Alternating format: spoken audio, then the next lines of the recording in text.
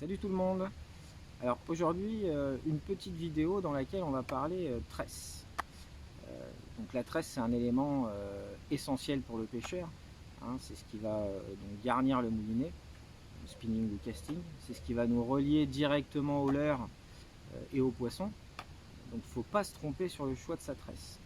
Alors au niveau des tresses, il y a beaucoup de questions, hein. Il y a plein de gens qui se posent des questions là-dessus.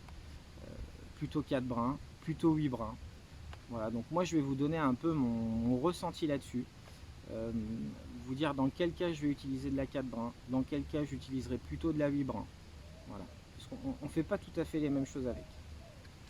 Alors moi quand je vais pêcher plutôt sur des diamètres assez fins, on va commencer par le plus petit, on va commencer par parler de l'UL, hein, voilà, l'ultra léger. Moi sur ma canne UL, j'utilise une tresse en PE 04, voilà, donc c'est vraiment un diamètre très fin, on est en dessous du 10 centième, et je vais plutôt avoir tendance à utiliser une tresse 4 brins. Alors pourquoi une tresse 4 brins plutôt qu'une 8? Tout simplement, j'ai fait plusieurs essais déjà, j'ai essayé la 4, j'ai essayé la 8, je me suis rendu compte que la 4 brins était plus résistante dans le temps. Voilà.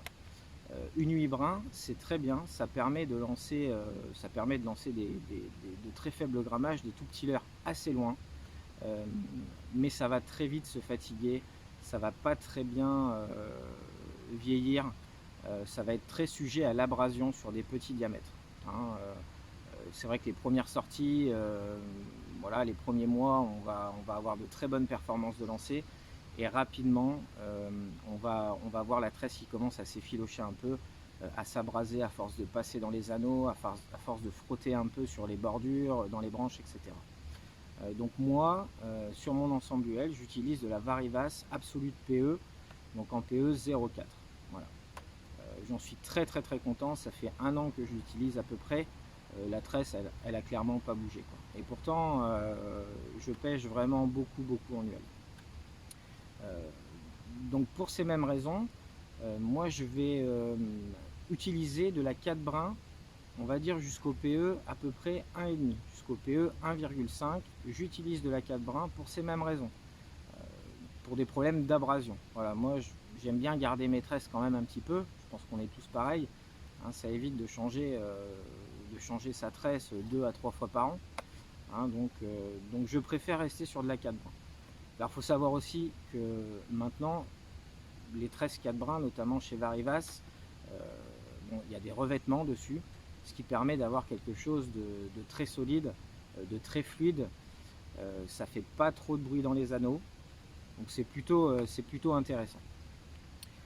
Dès que je vais passer le PE 1,5, donc sur du PE 2 par exemple, 3, 4, 5, je vais avoir tendance à utiliser cette fois-ci des tresses en 8 brins. Alors,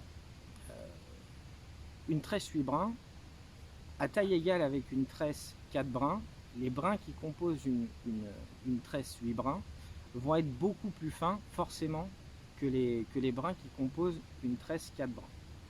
Donc arrivé à un certain diamètre, comme par exemple du PE2, PE3, 4 ou 5, les brins d'une tresse 8 brins vont être suffisamment gros pour résister à l'abrasion. Et le fait de passer sur une tresse 8 brins sur du gros diamètre, ça va permettre de gagner un peu en performance de lancer. Voilà, ça va être quand même plus agréable de lancer un leurre assez loin plutôt que de le sentir freiner, voilà, par quelque chose d'un peu moins rond. Une tresse 8 brins est plus ronde qu'une tresse 4 brins. Alors c'est pareil pour tout ce qui va être les pêches à lancer, que ça soit 4 brins ou 8 brins sur du gros diamètre, il n'y a pas vraiment de problème là-dessus.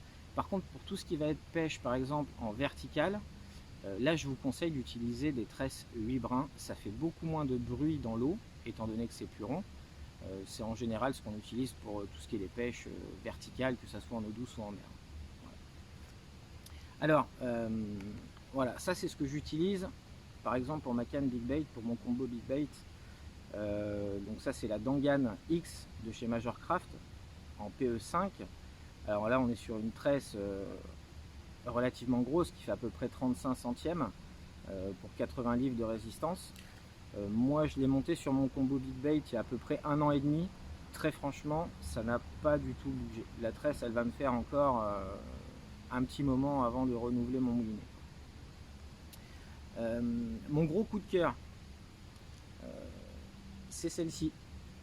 Voilà, ça c'est de la Varivas WT Blue en 4 brins. Donc ça fait 1 an que je l'utilise. Je l'ai monté sur 3 combos différents. J'en ai monté un en PE 0,8, un en PE 1 et un en PE 1,5. C'est pareil, hein, ça a vraiment pas bougé du tout. C'est une tresse, malgré qu'elle soit en 4 brins, qui est vraiment très fluide, qui permet d'avoir des très bonnes performances de lancer. Elle a une très bonne résistance à l'abrasion et une très bonne résistance aux nœuds aussi, ça c'est important. Hein, voilà, de faire des nœuds, de faire des nœuds solides, quoi, de ne pas obtenir quelque chose qui est cassant.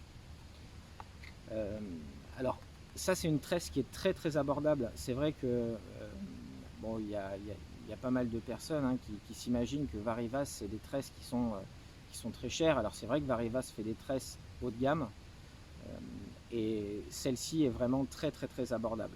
C'est une tresse, la bobine doit sortir entre 25 et 30 euros et vous ne serez vraiment pas déçu. Il y a très peu de chances que vous deviez la changer dans l'année. Voilà. Alors, si vous avez des questions sur les tresses ou sur autre chose, hein, des leurres, du matériel distribué par Way of Fishing, je vous invite à nous retrouver sur Facebook, par exemple, sur la page Way of Fishing Crew. Faut pas hésiter à poser vos questions, hein, et on se fera un plaisir de vous répondre. Voilà, et bien écoutez, je vous laisse et puis on se retrouve prochainement pour une nouvelle petite vidéo. À bientôt.